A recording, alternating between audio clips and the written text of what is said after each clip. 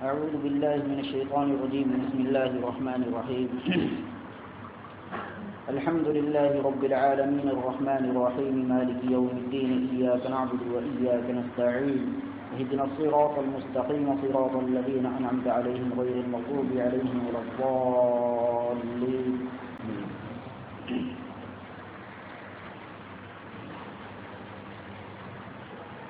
سورہ فاتحہ کے متعلق الحمدللہ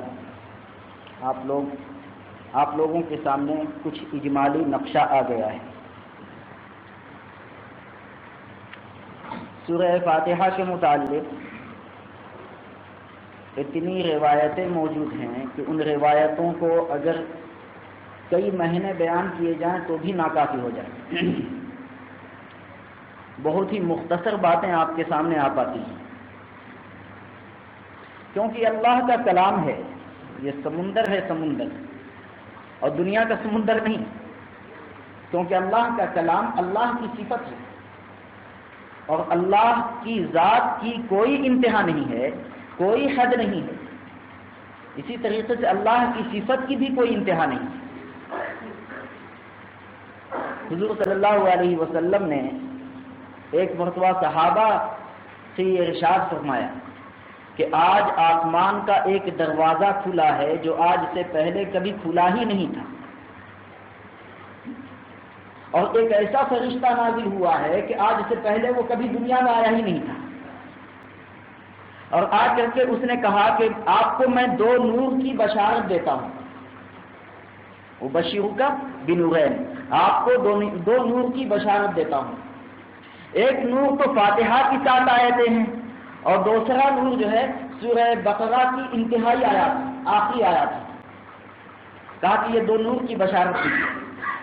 مزید حضور صلی اللہ علیہ وسلم نے یہ ارشاد فرمایا کہ شیطان نے 4 مرتبہ اپنے سر پہ دھول ڈالی. کتنی مرتبہ؟ 4 مرتبہ شیطان نے اپنے سر پہ دھول ڈالی ہے، خاک ڈالی ہے. ہائے واویلا کیا ہے اس نے، یعنی یا ویلتا یا ویلتا یا ویلتا کہا ہے، ہائے مصیبت ہائے مصیبت ہائے مصیبت. کہا کہ ایک تو اس وقت جب اس کی گردن میں لعنت کا توق ڈالا گیا، یعنی جب اس پہ لعنت کی گئی کہ تو ملعون ہے. وَإِنَّ عَلَيْكَ لَعْنَتِي إِلَىٰ يَوْمِ الدِّينِ، کہ قیامت کی صبح تک میری لعنت تیرے پیچھے لگی رہے گی. اس وقت سر کو اس نے دھول ڈالا. اور دوسرا موقع جب وہ جنت سے دھکے دے کر کے نکالا گیا، رسوا و ذلیل کر کے نکالا گیا، اس موقع پہ اس نے سر پہ دھول ڈالی. اور تیسرا موقع جب حضور اکرم صلی اللہ علیہ وسلم کو 60 سالہ عمر میں، 40 سال کی عمر میں نبوت ملی.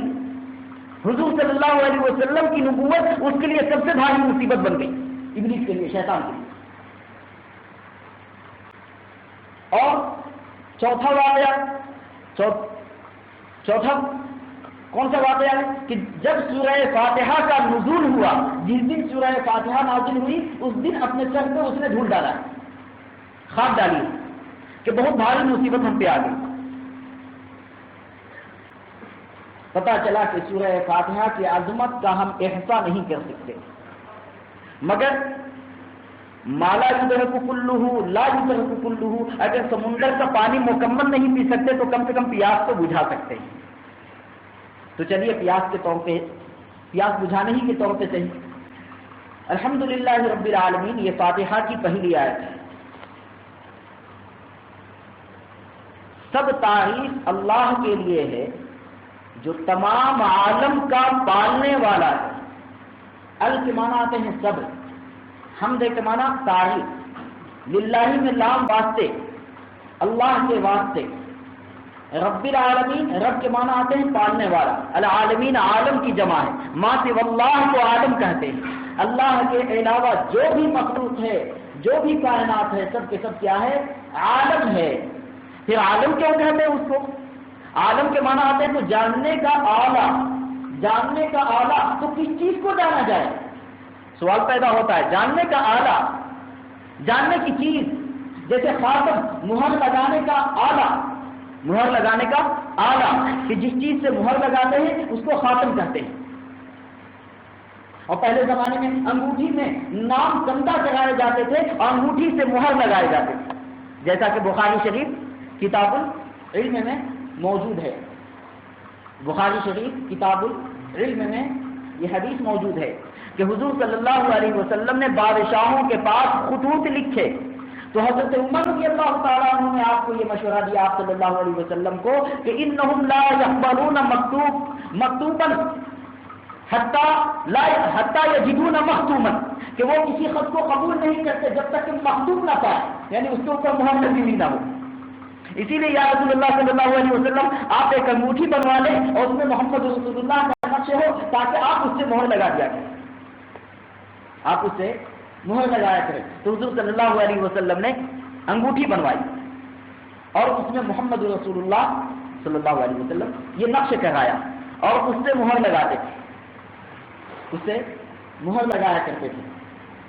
تو خاتم کے معنی آتے ہیں مہر لگانے کا آلہ، اور عالم کے معنی آتے ہیں جاننے کا آلہ۔ جس چیز سے کسی چیز کا علم حاصل ہو تو جس چیز سے علم حاصل ہوا ہے اس کو عالم کہتے ہیں۔ تو دنیا کو عالم کیوں کہتے ہیں؟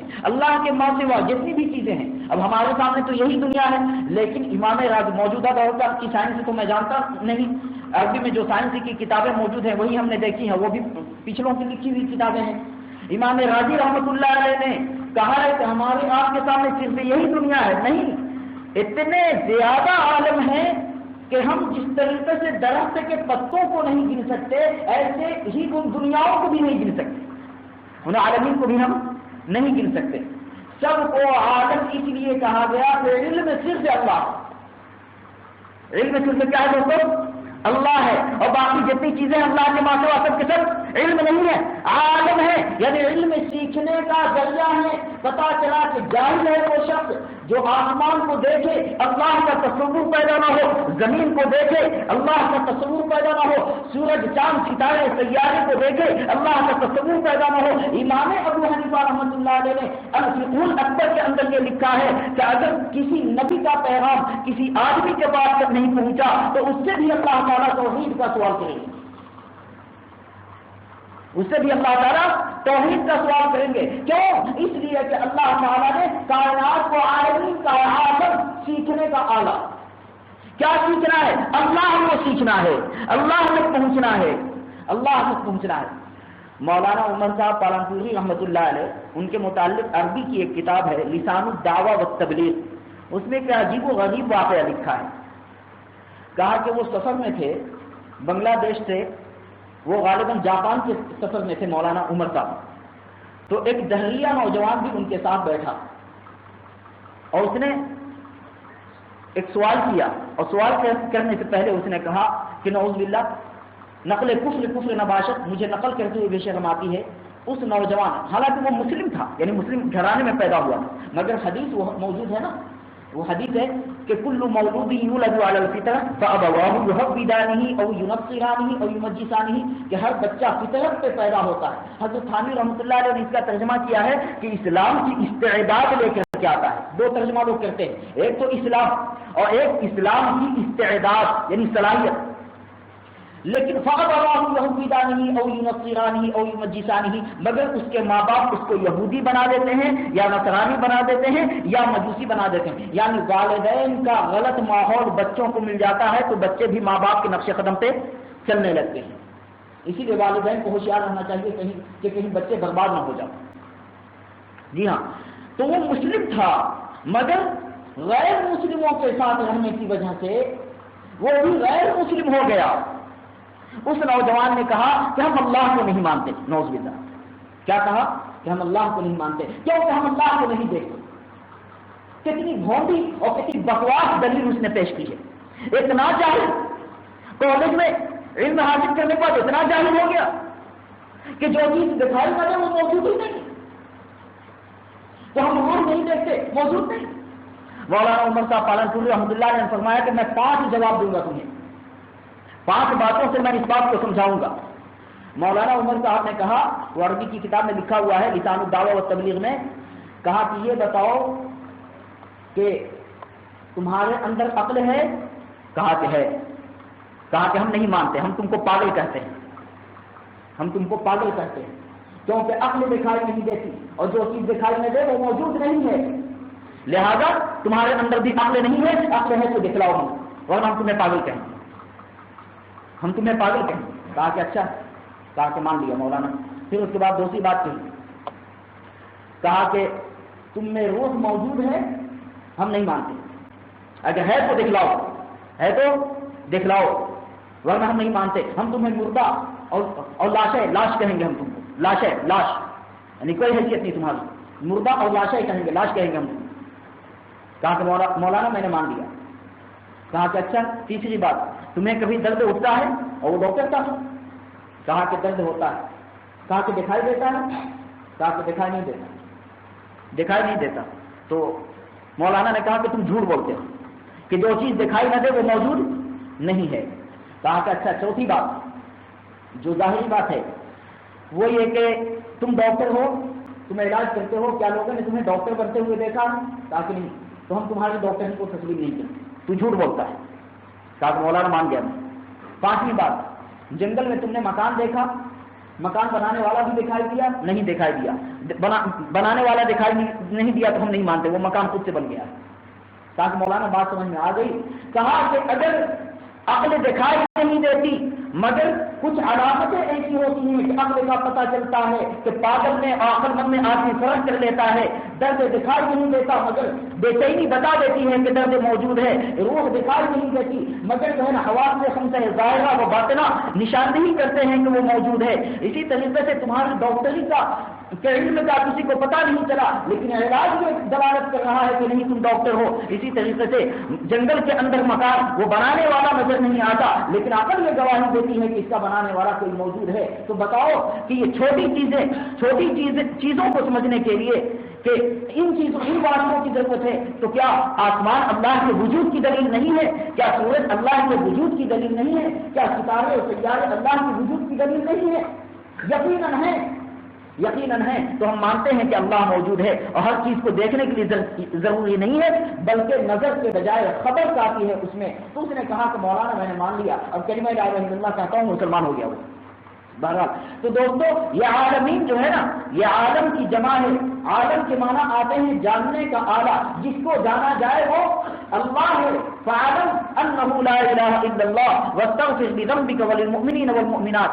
آپ علم سیکھیے، علم جان لیجیے، آپ جان لیجیے کہ اللہ کے سوا کوئی معبود نہیں ہے، تو اصل مقصود اللہ ہے اور ساری چیزیں عالم ہیں۔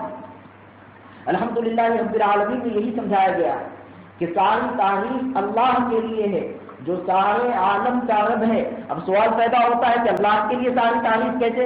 ہم تو بندوں کی بھی تعریف کرتے ہیں، کسی حسین اور خوبصورت آدمی کو دیکھتے ہیں تو اس کی خوبصورتی اور جمال کی تعریف کرتے ہیں، کسی عالم کو دیکھتے ہیں تو اس کے علم کی تعریف کرتے ہیں، کسی پہلوان کو دیکھتے ہیں تو اس کی طاقت کی تعریف کرتے ہیں، کسی بلڈنگ کو دیکھتے ہیں تو اس کی خوبصورتی کی تعریف کرتے ہیں۔ تو تعریف تو مخلوق کی ہو رہی ہے مگر اللہ فرما رہے ہیں الحمدللہ رب العالمین ساری تعریف اللہ کے لیے۔ اس کا کیا مطلب؟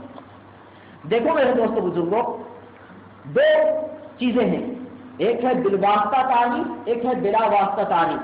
اللہ رب العزت کی تعریف ڈائریکٹ جو ہم کرتے ہیں وہ بلا واسطہ ہے، یا اللہ، یا رحمان، یا رحیم، یا سمیع، یا غفور، یا رزاق، اسماء الحسنی کے ذریعے۔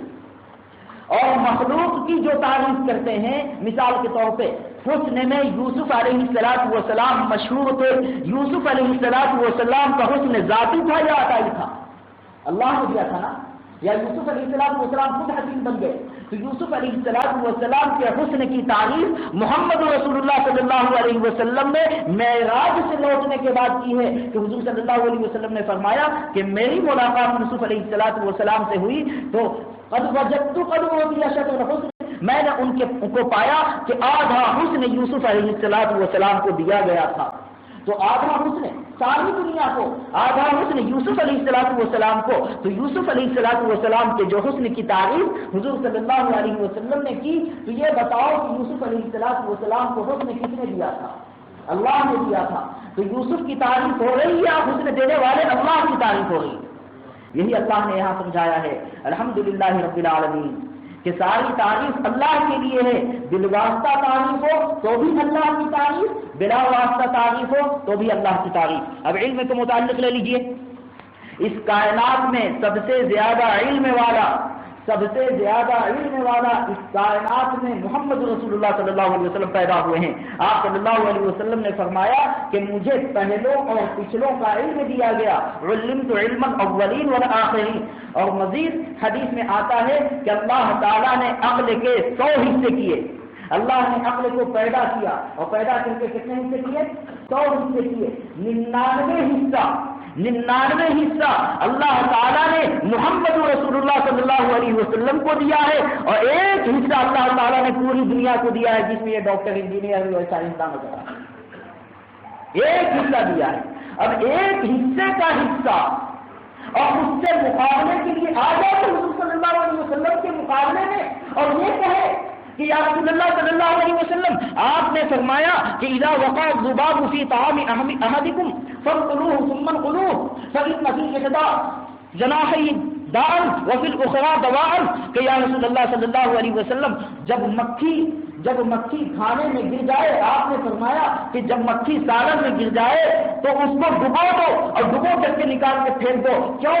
اس لیے کہ اس کے ایک بازو میں شفا ہے اور دوسرے بازو میں بیماری ہے۔ فَإِنَّهُ يُقَدِّمُ جَنَاحَ الدَّاءِ، اور وہ بیماری کے بازو کو مقدم کرتی ہے وہ مکھی، بیماری کے بازو کو اور بیماری کے پر کو وہ ڈال دیتی ہے۔ تو اس کا علاج بتایا حضور صلی اللہ علیہ وسلم نے۔ اب ایک ڈاکٹر آ کر کے کہتا ہے کہ عقل میں نہیں آتی، ارے ظالم تیری عقل کی حیثیت ہی کیا ہے؟ کیوں؟ اس لیے کہ حضور صلی اللہ علیہ وسلم کو اللہ تعالیٰ نے عقل کے 99 حصے دیے ہیں اور ایک حصہ میں پوری کائنات۔ تو حضور صلی اللہ علیہ وسلم کے علم کی تعریف کی جائے تو کس کی تعریف ہے؟ اللہ کی تعریف ہے۔ جب اللہ تعریف کے لائق ہے تو عبادت کس کی ہوگی؟ اللہ کی ہوگی۔ اور مدد کس سے چاہی جائے گی؟ اللہ سے چاہی جائے گی۔ یہی بتایا ہے ایاک نعبد و ایاک نستعین میں کہ سب تعریف اللہ کے لیے ہے۔ جب جنتی جنت میں جائیں گے تو جانے کے بعد 3 مرتبہ الحمدللہ کہیں گے۔ کتنی مرتبہ کہیں گے؟ 3 مرتبہ الحمدللہ کہیں گے۔ الحمدللہ الذی ہدانا لہذا وما کنا لنہتدی لولا ان ہدانا اللہ۔ ساری تعریف اس اللہ کے لیے ہے جس اللہ نے ہمیں اس جنت میں پہنچا دیا۔ وما کنا لنہتدی لولا ان ہدانا اللہ، اگر اللہ تعالی نہ پہنچاتے تو ہم جنت میں اپنے عمل سے کبھی بھی پہنچ نہیں پاتے، اپنے روزے سے، اپنی تراویح سے اور تہجد سے ہم کبھی بھی جنت میں نہیں پہنچ سکتے تھے۔ اللہ نے ہمیں محض اپنے فضل سے پہنچایا ہے، اللہ نے محض اپنے فضل سے پہنچایا ہے۔ یہی وجہ ہے کہ حضور صلی اللہ علیہ وسلم نے فرمایا کہ اللہ تعالیٰ نے رحمت کے 100 حصے کیے، 99 حصہ اللہ تعالیٰ نے قیامت کے لیے چھپا رکھا ہے، ایک حصہ اس دنیا میں نازل کیا ہے، جس کی وجہ سے ماؤں کے دلوں میں اولاد کے لیے شفقت ہے، حتیٰ کہ جانور اپنے بچوں پہ جو رحم کھاتا ہے اسی ایک رحمت کا اثر ہے، اسی ایک رحمت کا اثر ہے۔ تو میرے دوستو بزرگوں کہ حضور صلی اللہ علیہ وسلم بھی رحمت ہیں اور اللہ تعالیٰ بھی رحیم ہے، رحمان ہے۔ تو اللہ کی رحمت کے صدقے میں جنتی جنت میں جائیں گے اور یہ کہیں گے الحمدللہ الذی ہدانا لہذا وما کنا لنہتدی لولا ان ہدانا اللہ، اور دوسری مرتبہ بھی الحمدللہ کہیں گے الحمدللہ الذی اذهب عنا الحزن ان ربنا لغفور شکور الذی احلنا دار المقامۃ من فضله لا يمسنا فيها نصب ولا يمسنا فيها لغوب، کہ ساری تعریف اس اللہ کے لیے ہے جس نے ہم سے تمام غم کو کافور کر دیا، ختم کر دیا۔ اذهب عنا الحزن ان ربنا لغفور شکور، اللہ تو غفور ہے، شکور ہے۔ الذی احلنا دار المقامۃ من فضله، جس نے محض اپنے فضل سے ہمیں دار المقامہ یعنی جنت میں داخل کر دیا۔ پھر تیسری مرتبہ الحمدللہ کہیں گے الحمدللہ الذی صدقنا وعدہ واورثنا الارض نتبوأ من الجنۃ حیث نشاء فنعم اجر العاملین۔ تو اس لیے جو بھی اچھی چیز سامنے آئے اس پہ ہمیں کیا کہنا ہے؟ الحمدللہ۔ بخاری شریف میں یہ روایت موجود ہے، شمائل ترمذی میں یہ روایت موجود ہے، اور ترمذی شریف میں کہ جب کوئی کھانا کھاوے، شمائل ترمذی اور ترمذی شریف میں، ابو داؤد شریف میں بھی یہ حدیث موجود ہے کہ کھانا کھانے کے بعد کہے الحمدللہ الذی اطعمنا وسقانا وجعلنا مسلمین، من کے ساتھ نہیں ہے حدیث میں وجعلنا مسلمین، الحمدللہ الذی اطعمنا وسقانا وجعلنا مسلمین، کیونکہ اللہ نے دی ہے نعمت۔ بظاہر ایسا لگتا ہے کہ فلاں آدمی نے ہمیں کھلایا، فلاں آدمی نے ہمیں کھلایا، فلاں آدمی نے ہمیں کھلایا، نہیں، ان کو بھی نہیں بھولنا ہے۔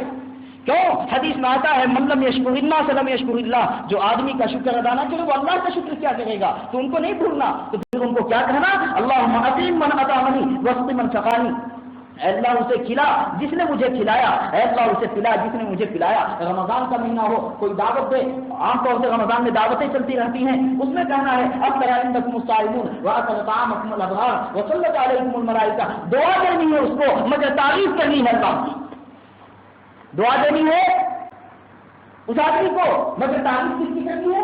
اللہ کی۔ الحمدللہ الذی اطعمنا وسقانا وجعلنا مسلمین، یہ ابو داؤد شریف میں مسلمین ہے، نہیں چھوٹی چھوٹی کتابوں میں آپ کو مل ملے گا، لیکن حدیث کی اصل کتاب میں اور صحیح کتاب میں آپ کو مل نہیں ملے گا۔ الحمدللہ الذی اطعمنا وسقانا وجعلنا مسلمین، اور یہ بار بار کی میری تحقیق ہے، جی ہاں، کہ تعریف کی جا رہی ہے اللہ تعالیٰ کی جس نے ہمیں کھلایا، کوئی بھی نعمت ملے الحمدللہ، چھینک آئے الحمدللہ، پھر اس کو یرحمک اللہ کہا جائے، پھر وہ جواب میں کہے یہدیکم اللہ، تو ساری تعریف اللہ کے لیے ہے۔ اللہ تعالیٰ کی 99 ناموں میں اللہ ذاتی نام ہے اور باقی 98 نام جو ہے وہ صفاتی نام ہے۔ حدیث میں آتا ہے کہ ان للہ تعالیٰ 99 اسما من احصاها دخل الجنہ، اللہ تعالیٰ کے 99 نام ہیں، ایک کم 100، اللہ تعالیٰ کے 99 نام ہیں، جس نے ان کا احاطہ کر دیا اللہ تعالیٰ اس کو جنت میں داخل فرمائیں گے۔ احاطہ کرنے کا کیا مطلب ہے؟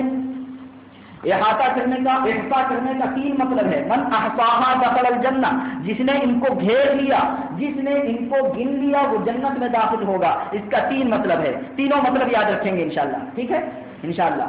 پہلا مطلب یہ ہے کہ اللہ تعالیٰ کے 99 نام کو بر زبان یاد کرنا ہے، بر زبان، زبان پر علی اللسان یاد کرنا ہے، بر زبان یاد کریں گے انشاءاللہ، بر زبان یاد کریں گے انشاءاللہ، زبان پر، نوکے زبان پر وہ بر زبان اللہ تعالیٰ کے 99 نام۔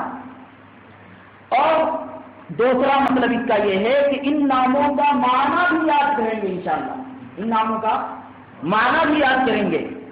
اور تیسرا مطلب اس کا کیا ہے کہ ان ناموں کے اندر جو صفات اللہ تعالیٰ کے ہیں اور جو اللہ کے ساتھ مخصوص نہیں ہے، جیسے متکبر، جیسے جبار، یہ اللہ کے ساتھ مخصوص ہے، تو اللہ کے ساتھ جو صفات مخصوص نہیں ہیں ان صفات کو اپنے اندر پیدا کرنے کی کوشش کرنا۔ جیسے مثال کے طور پہ اللہ تعالیٰ کے 99 ناموں میں ایک نام ہے ستار۔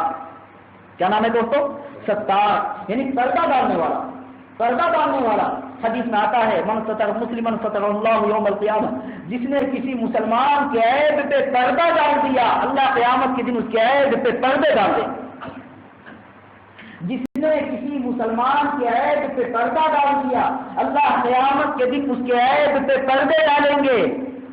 جی ہاں، حضرت خالد بن الولید رضی اللہ تعالیٰ عنہ ہیں، اور غالباً حضرت غامدیہ ہیں، ایک خاتون ہیں، غلطی سرزد ہو گئی، بہت بھاری گناہ سرزد ہو گیا۔ حضور صلی اللہ علیہ وسلم نے صحابہ کو حکم دیا کہ جاؤ ایک جگہ گڈھا کر کے اس کو کمر تک اس میں دفن کرو اور پتھر سے لے کے پتھر اتنا مارو کہ موت ہو جائے اس کی۔ اب آپ کہیں گے کہ وحشیانہ یہ ظلم ہے، ظلم نہیں ہے، اللہ رحمان الرحیم ہے، رحمت کی ایک شکل ہے، ورنہ پوری دنیا فساد سے بھر جاتی۔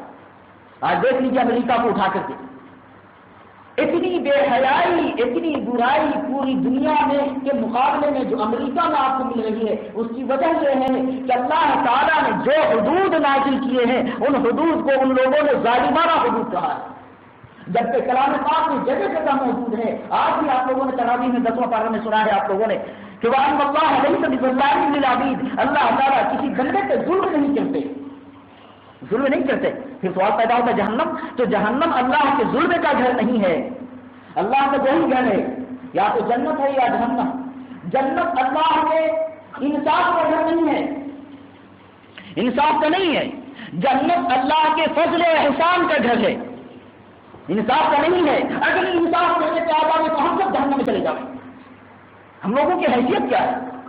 آپ لوگوں نے جمعہ میں بیان سنا ہے کہ 500 سال تک اس نے عبادت کی، اللہ رب العزت نے اس کو حکم دیا کہ میرے فضل سے اس بندے کو جنت میں لے جاؤ۔ وہ بندہ کہنے لگا مولا کائنات پھر 500 سال کے سجدے کا کیا ہوا؟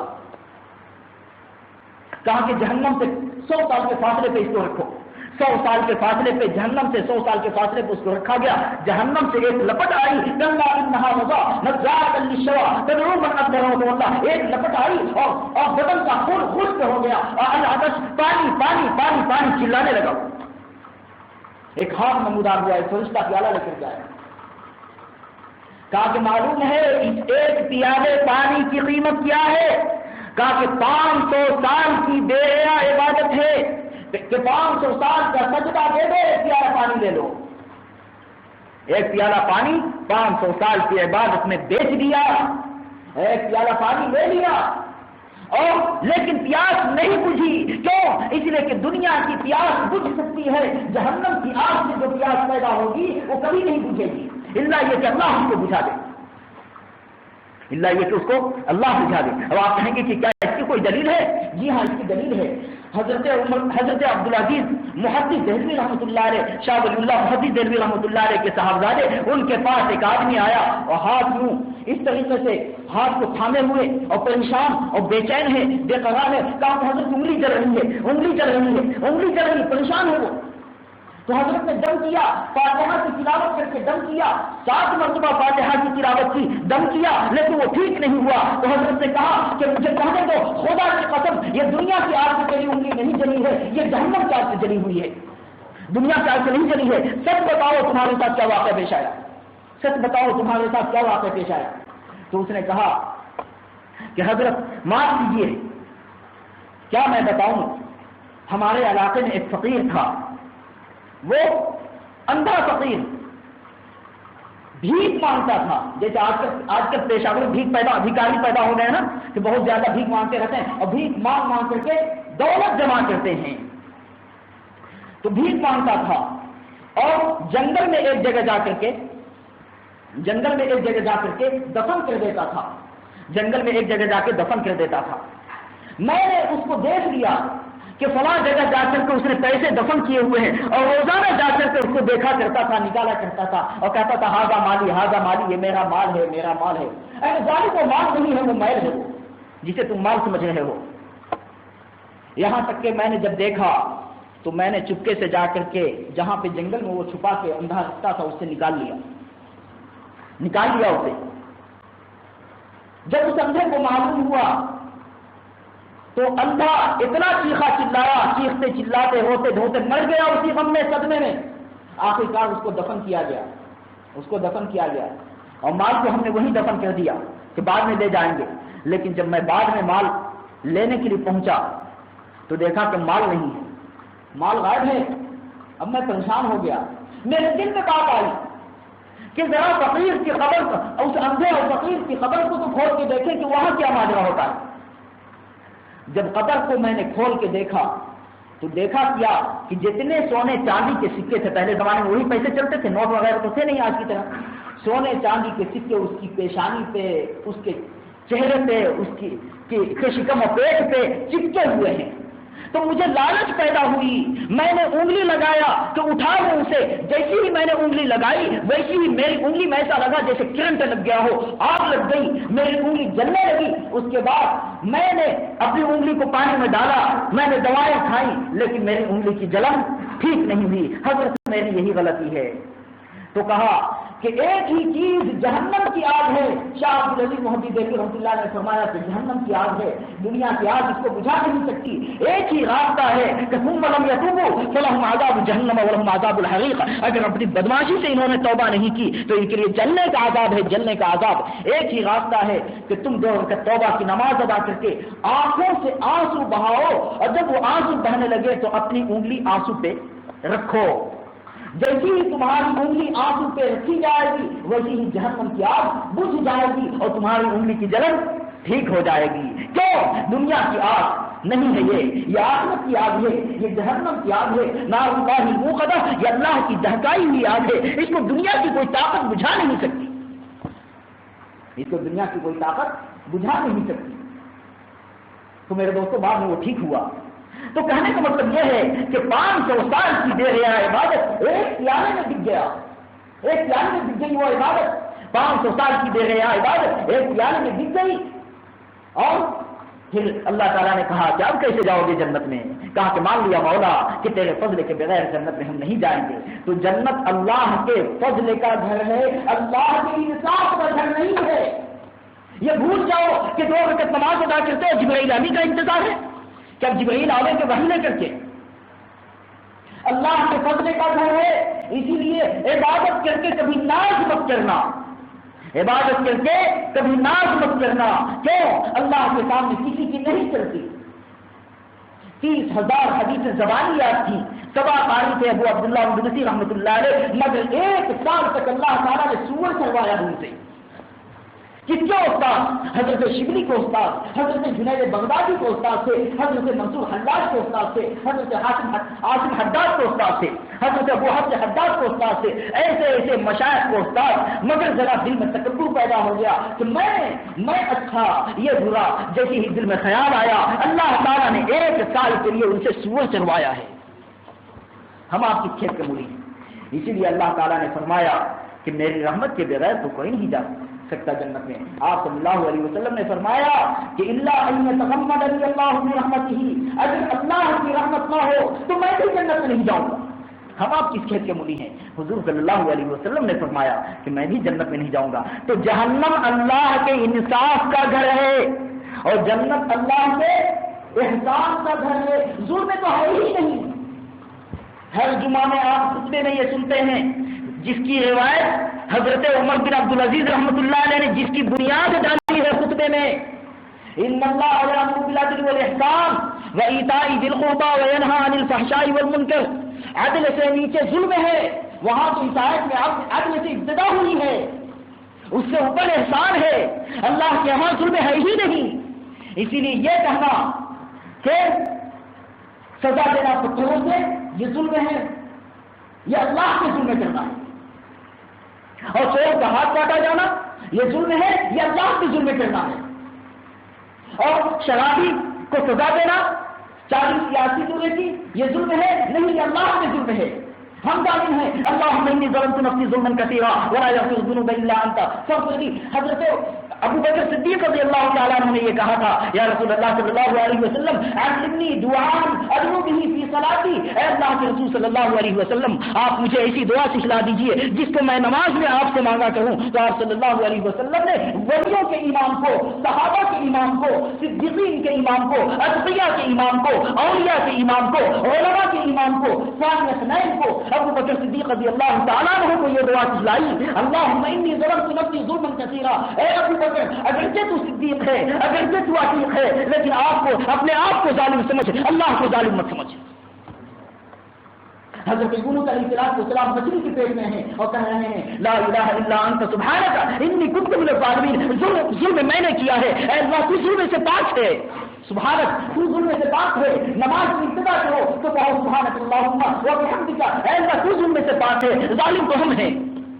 لیکن آج افسوس سب افسوس، ہمارے پاس لوگ آ کے کہتے ہیں اجی حضرت میں نے کون سا گناہ کیا ہے جس کی وجہ سے یہ مصیبت آ رہی ہے؟ اگر ظالم تو ابو بکر سے آگے نکل گیا، تو عمر خطاب سے آگے نکل گیا، تو عثمان ذوالنورین سے آگے نکل گیا، تو علی مرتضیٰ سے، ابو بکر فی الجنہ، عمر فی الجنہ، عثمان فی الجنہ، علی فی الجنہ، طلحہ فی الجنہ، سعید فی الجنہ، زبیر فی الجنہ، سعد فی الجنہ، ابو عبیدہ فی الجنہ، عبد الرحمن بن عوف فی الجنہ، یہ 10 عاشر مبشرہ کہ تو آگے نکل گیا۔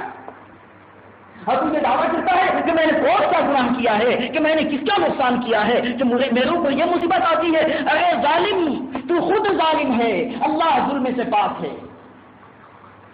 تو حضرت غامدیہ رضی اللہ تعالیٰ عنہ کو پتھروں کی بارش کی جا رہی ہے۔ حضرت خالد ابن الولید رضی اللہ تعالیٰ عنہ نے ایک پتھر اٹھایا، پتھر چلایا، خون کا قطرہ، خون کا چھینٹا حضرت کے دامن پہ پہنچا۔ حضرت نے کہا لعنت ہے تیرے اوپر۔ کیا کہا؟ لعنت ہے تیرے اوپر۔ فوراً حضور صلی اللہ علیہ وسلم ہائے خالد یہ کیا بول رہے ہو، ہائے خالد یہ کیا بول رہے ہو، خدا کی قسم جس کو تم پتھر سے مار رہے ہو تم اس کو گنہگار مت سمجھو، تم تو اللہ کے حکم کو پورا کرنے کے لیے آئے ہوئے ہو۔ سنو اس نے ایسی توبہ کی ہے کہ اگر مدینہ والوں کو اس کی توبہ تقسیم کر دی جائے تو مدینہ کا ایک ایک آدمی جنتی بن جائے۔ تم تو صرف اللہ کے حکم کو پورا کرنے کے لیے آئے ہوئے ہو۔ یہ کہا کہ اللہ کے حکم کی تکمیل کے لیے تم آئے ہوئے ہو، تم اس کو گنہگار سمجھتے ہو؟ تو اللہ تعالیٰ کی صفات میں ایک صفت ہے ستار، کہ چھپانا عیب کو، مسلمانوں کے عیب کو، انما المؤمنون اخوہ من ستر مسلما سترہ اللہ یوم القیامہ، جس نے کسی مسلمان کے عیب کو چھپایا اللہ قیامت کے دن اس کے عیب کو چھپائے گا۔ اس لیے اس حدیث کو سامنے رکھو کہ اللہ تعالیٰ کے 99 ناموں کو جو یاد کر لے گا وہ جنتی ہے، فقط دخل الجنہ، یقیناً جنتی ہے وہ۔ یاد کرنے کا 3 مطلب۔ پہلا مطلب کہ سارے ناموں کو بر زبان یاد کرو، جس کو ہمارے علاقے میں زبانی بولتے ہیں، اور بعض لوگ اس کو کھینچا جانے کر کے مر زبانی بولتے ہیں، مر زبانی، خدا جانے یہ لغت کہاں سے لائی ہے لوگوں نے۔ ہاں، بر زبان یاد کرو اس کو، علل لسان، بر زبان، کہ نوکے زبان پہ ہو، جب کہا جائے تو وہی سنا دیا۔ دوسری بات، اس کے معنی اور مطلب کو سمجھو، اور تیسری بات، ان صفات کو اپنے اندر پیدا کرو تاکہ اللہ کے رنگ میں رنگ جاؤ۔ صبغۃ اللہ ومن احسن من اللہ صبغہ، کیا اللہ کے رنگ سے بہتر بھی کوئی رنگ ہے؟ نہیں ہے۔ ومن احسن، کون ہے احسن من اللہ صبغہ، اللہ کے رنگ سے بہتر رنگ ہے دنیا میں کوئی دکھلا دے؟ یہودیت کا رنگ پسند آیا، عیسائیت کا رنگ پسند آیا، مجوسیت کا رنگ پسند آیا، ہائے اللہ کے دشمنوں کا رنگ پسند آیا، مگر اللہ کا رنگ پسند نہیں آیا۔ علامہ اقبال کہتے ہیں وضع میں تم ہو نصارہ تو تمدن میں ہنود، یہ وہ مسلمان ہیں جنہیں دیکھ کے شرمائے یہود۔ یوں تو سید بھی ہو، مرزا بھی ہو، افغان بھی ہو، تم سبھی کچھ ہو بتاؤ تو مسلمان بھی ہو۔ جن کو آتا نہیں دنیا میں کوئی فن تم ہو، نہیں جس قوم کو پروائے نشے من تم ہو۔ بجلیاں جسم ہو آسودہ وہ خرمن تم ہو، بیچ کھاتے ہیں جو اسلاف کے مدفن تم ہو۔ کو نام جو قبروں کی تجارت کر کے، کیا نہ بیچو گے جو مل جائیں صنم پتھر کے۔ یہ ہماری حالت ہے۔ اس لیے اللہ کے 99 ناموں کو ہمیں یاد کرنا ہے اور اللہ کے رنگ میں رنگ جانا ہے۔ اللہ کے رنگ کیا ہے؟ آپ پوچھ سکتے ہو اللہ کا رنگ کیا ہے؟ اللہ کا رنگ محمد رسول اللہ صلی اللہ علیہ وسلم ہے، ورنہ اللہ کا کوئی رنگ نہیں ہے۔ اللہ کا رنگ محمد رسول اللہ صلی اللہ علیہ وسلم ہے۔ جو محمد صلی اللہ علیہ وسلم کی صفات کو دیکھو، آپ کے اخلاق کو دیکھو، آپ کے ماضی کے جذبے کو دیکھو تو اللہ یاد آ جائے گا۔ حدیث میں آتا ہے کہ تم میں سب سے بہتر وہ لوگ ہیں کہ ان کو دیکھا جائے تو اللہ یاد آ جائے۔ تو میرے دوستوں بزرگوں، اللہ کے ناموں کو یاد کریں گے انشاءاللہ۔ تو اس میں اس آیت میں یہی بتایا گیا ہے اللہ کا کہ 99 نام میں ایک نام ہے اللہ، یہ اسم اعظم ہے۔ کیا یہ اسم اعظم؟ اس کے بعد یہ موصوف ہے، یہ اللہ تعالیٰ نے اس نام کی 4 صفت بیان کی ہے آگے۔ کتنی صفت؟ 4 صفت۔ مزید میں یہ بتاتا چلوں کہ اللہ تعالیٰ کی جتنی صفات ہیں ان میں 8 صفتیں امہات الصفات کہلاتی ہیں، صفات کی امی کہلاتی ہیں، صفات کی ماں کہلاتی ہے، کہ جتنے بھی 99 ہیں سب کے سب اسی 8 کی شرح ہیں، اسی 8 کے دامن میں چھپے ہوئے ہیں۔ وہ 8 کون ہیں؟ علم، حیات، سمع، بصر، ارادہ، قدرت، کلام، تقویم، یہ 8 صفات امہات الصفات ہیں۔ علم، حیات، سمع، بصر، ارادہ، قدرت، کلام، تقویم، یہ 8 صفات کیا ہیں؟ امہات الصفات ہیں۔ انہی 8 کی تشریحات ہیں۔ یہ سب جتنے 99 ہیں اور کلام پاک میں جہاں کہیں بھی آپ کو ملیں گے، یا یہاں یہ جو 4 نام ہیں نا، یہ 4 نام بھی اسی کی تفصیلات ہیں۔ الحمدللہ، ساری تعریف اس اللہ کے لیے ہے جو سارے عالم کا پالنے والا ہے۔ الرحمن، بے حد مہربان، بے حد مہربان کہ مخلوق اس کی رحمت کا اندازہ نہیں لگا سکتی۔ رحیم، نہایت رحم کرنے والا، یعنی یہاں بھی رحم کرے گا وہاں بھی رحم کرے گا۔ اب آپ کہیں گے کہ رب سے رحمان کا کیا تعلق ہے؟ جی ہاں، باپ کے دل میں بچوں کی شفقت پیدا نہ ہو تو بچوں کو نہ پالے، ماں کے دل میں بچوں کے لیے شفقت پیدا نہ ہو تو ماں دودھ نہ پلائے۔ جی ہاں، باپ نہ کمائے، باپ کماتا ہے شفقت کی وجہ سے، ماں دودھ پلاتی ہے شفقت کی وجہ سے۔ اللہ بھی پالتے ہیں ظلمن نہیں کہ کسی نے اللہ کو زبردستی باندھ رکھا ہے، نعوذ باللہ، جی آپ کو پالنا ہی ہوگا، نہیں، اللہ اپنی شفقت سے پالتے ہیں، اپنی رحمت سے پالتے ہیں، ورنہ اللہ سے پالنا واجب نہیں ہے، اللہ سے کسی کو جنت میں داخل کرنا واجب نہیں ہے، نماز پہ انعام دینا واجب نہیں ہے، اللہ پہ کوئی چیز واجب نہیں ہے، اگر واجب ہوتی تو اللہ سے اوپر کوئی چیز ہو جاتی، اللہ پہ کوئی چیز واجب نہیں ہے۔ اسی لیے سمجھو کہ یہ اللہ کا احسان ہے کہ ہمارے عمل کو قبول کر لیتے ہیں، ہمارے روزے کو قبول کرتے ہیں، ہمارے صدقہ کو زکات کو قبول کرتے ہیں، ہمارے حج کو قبول کرتے ہیں، ورنہ اللہ والے تو یہاں تک ڈرے ہیں کہ جب کہا لبیک تو فوراً بے ہوش ہو کر کے زمین پہ گر گئے، فوراً بے ہوش ہو کر کے زمین پہ گر گئے۔ جب ہوش میں آئے تو لوگوں نے پوچھا کہ لبیک کہتے ہوئے یعنی تلبیہ کہتے ہوئے آپ کیسے بے ہوش ہو گئے؟ تو کہا کہ مجھے ڈر لگا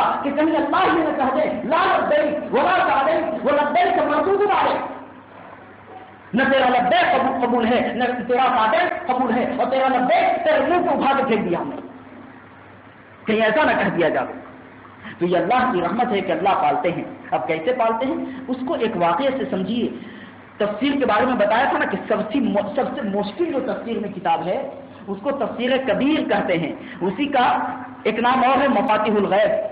اس تفسیر کی کتاب میں ایک واقعہ امام راضی رحمۃ اللہ علیہ نے لکھا ہے۔ امام راضی رحمۃ اللہ علیہ نے لکھا ہے حضرت ذوالنون مصری کے حوالے سے کہ ذوالنون مصری رحمۃ اللہ علیہ انہوں نے ایک واقعہ عجیب و غریب بتایا۔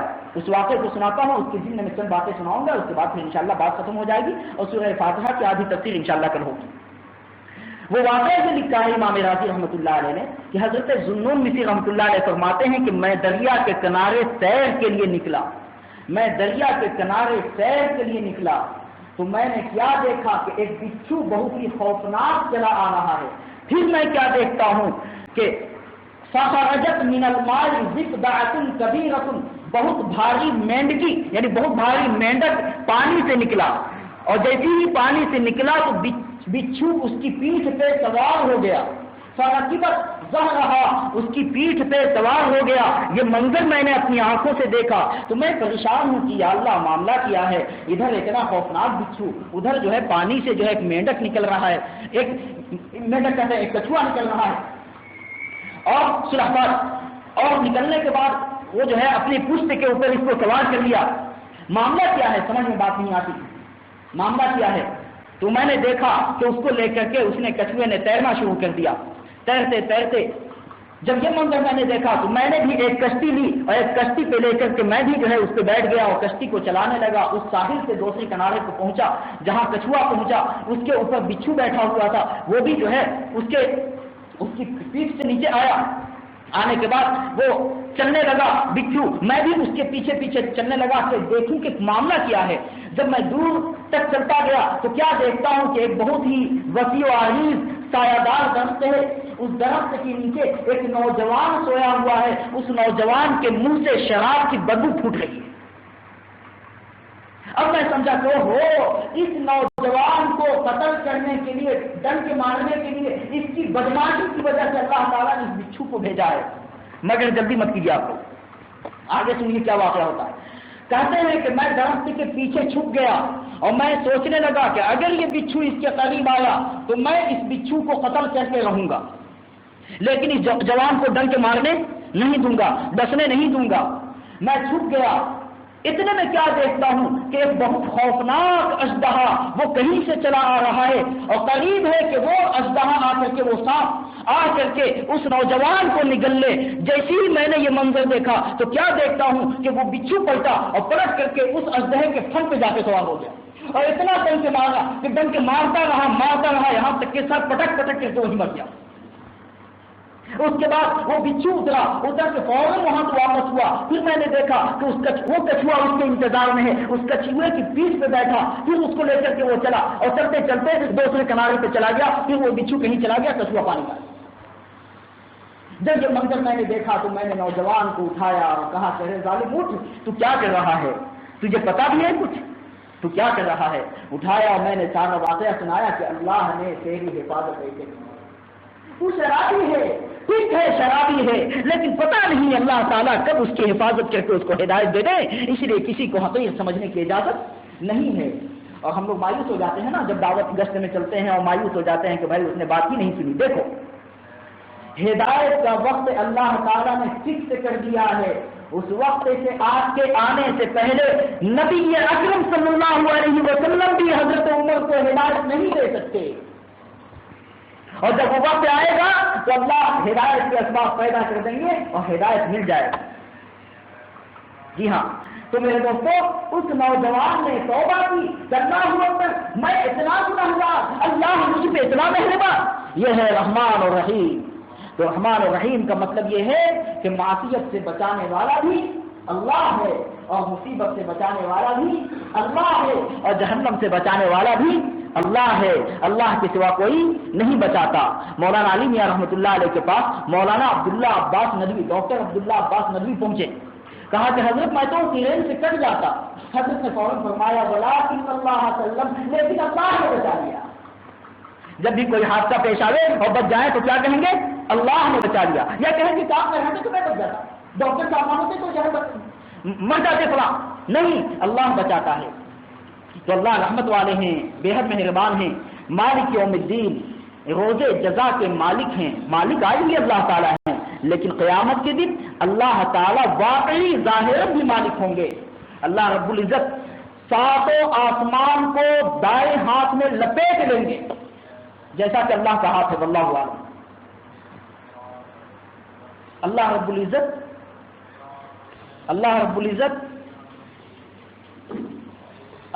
العزت قیامت کے دن ساتوں آسمان کو دائیں ہاتھ میں لپیٹ لیں گے، اور ساتوں زمین اللہ کی مٹھی میں ہوگی، اللہ کی مٹھی میں ہوگی۔ اللہ کہیں گے لمن الملک اليوم، لمن الملک اليوم، این الجبارون، این القہارون، این الملوک۔ کہاں ہیں بادشاہ، کہاں ہیں بادشاہ، کہاں ہیں دنیا میں حکومت کرنے والے؟ کوئی دنیا میں حکومت کرنے والا وہاں نظر نہیں آئے گا۔ پھر اللہ فرمائیں گے للہ الواحد القہار، آج ایک اکیلے اللہ کی حکومت ہے۔ تو سورہ فاتحہ میں یہ سمجھایا گیا ہے کہ الحمدللہ رب العالمین، تعریف کرنا ہے تو پالنے والے کی کرو، رحمت کی امید لگانی ہے تو پالنے والے سے لگاؤ، اور ڈرنا ہے تو پالنے والے سے ڈرو، اور تیاری کرنی ہے تو قیامت کی تیاری کرو۔ اللہ تعالیٰ سے دعا ہے کہ اللہ رب العزت سورہ فاتحہ کو سمجھنے کی اور رب العالمین سے مانگنے کی اور رحمان الرحیم سے رحمت کی درخواست کی اور مالک یوم الدین سے ڈرنے کی توفیق عطا فرمائے۔ بسم الله الرحمن الرحيم، الحمد لله رب العالمين، والصلاة والسلام على رسول الكريم محمد وآله وصحبه أجمعين. اللهم أنت السلام ومنك السلام، تبارك ربنا وتعالى يا ذا الجلال والإكرام. ربنا تقبل منا إنك أنت السميع العليم. سبحانك اللهم وبحمدك ونشهد أن لا إله إلا أنت ونستغفرك ونتوب إليك. سبحان ربك رب العزة عما يصفون وسلام على المرسلين والحمد لله.